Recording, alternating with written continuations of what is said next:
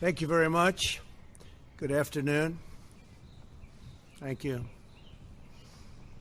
I'm here today to talk about our relationship with China and several new measures to protect American security and prosperity. China's pattern of misconduct is well known. For decades, they've ripped off the United States like no one has ever done before. Hundreds of billions of dollars a year were lost dealing with China, especially over the years during the prior administration. China raided our factories, offshored our jobs, gutted our industries, stole our intellectual property, and violated their commitments under the World Trade Organization. To make matters worse, they are considered a developing nation, getting all sorts of benefits that others, including the United States, are not entitled to. But I have never solely blamed China for this. They were able to get away with the theft like no one was able to get away with before because of past politicians and, frankly, past presidents. But unlike those who came before, my administration negotiated and fought for what was right. It's called fair and reciprocal treatment. China has also unlawfully claimed territory in the Pacific Ocean, threatening freedom of navigation and international trade. And they broke their word to the world on ensuring the autonomy of Hong Kong. The United States wants an open and constructive relationship with China, but achieving that relationship requires us to vigorously defend our national interests. The Chinese government has continually violated its promises to us and so many other nations. These plain facts cannot be overlooked or swept aside. The world is now suffering as a result of the malfeasance of the Chinese government. China's cover-up of the Wuhan virus allowed the disease to spread all over the world, instigating a global pandemic that has cost more than 100,000 American lives and over 1 million lives worldwide. Chinese officials ignored their reporting obligations to the World Health Organization and pressured the World Health Organization to mislead the world when the virus was first discovered by Chinese authorities. Countless lives have been taken and profound economic hardship has been inflicted all around the globe. They strongly recommended against me doing the early ban from China, but I did it anyway and was proven to be 100% correct. China has total control over the World Health Organization, despite only paying $40 million per year compared to what the United States has been paying, which is approximately $450 million a year. We have detailed the reforms that it must make and engaged with them directly, but they have refused to act.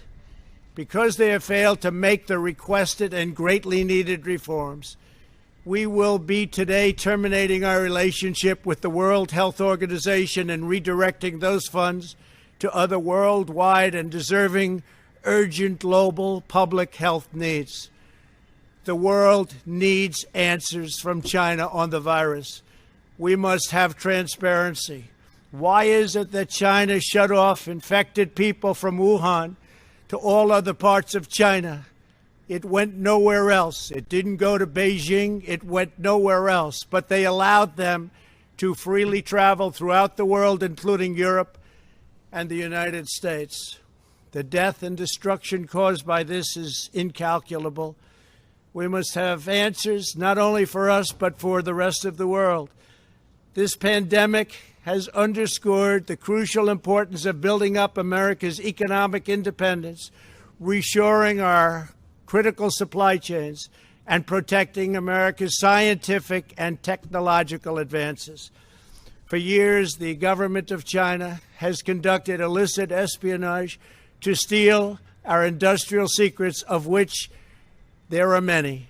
Today, I will issue a proclamation to better secure our nation's vital university research and to suspend the entry of certain foreign nationals from China who we have identified as potential security risks.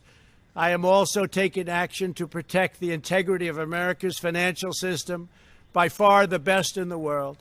I am instructing my presidential working group on financial markets to study the differing practices of Chinese companies listed on the U.S. financial markets with the goal of protecting American investors.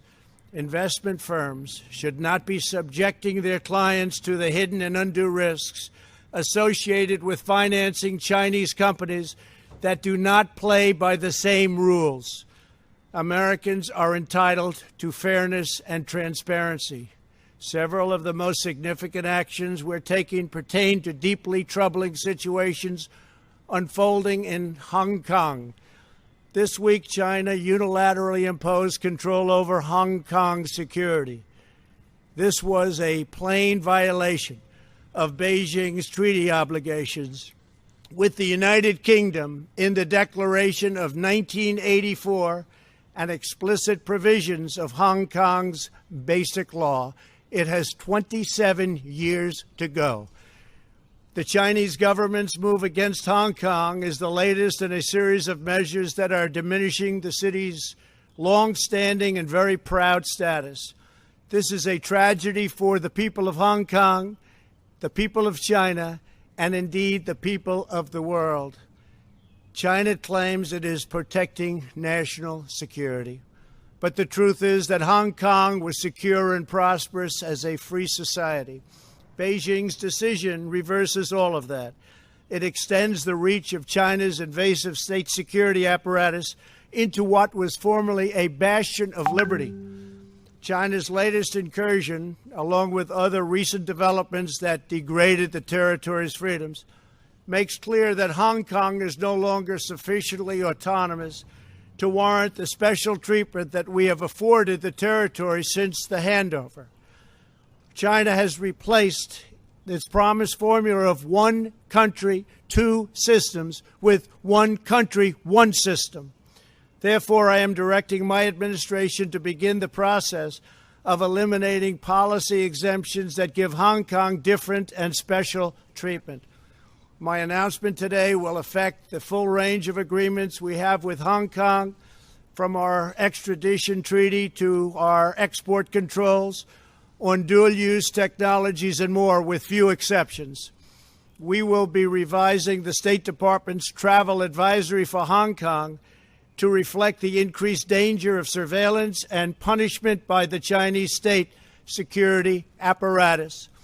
We will take action to revoke Hong Kong's preferential treatment as a separate customs and travel territory from the rest of China.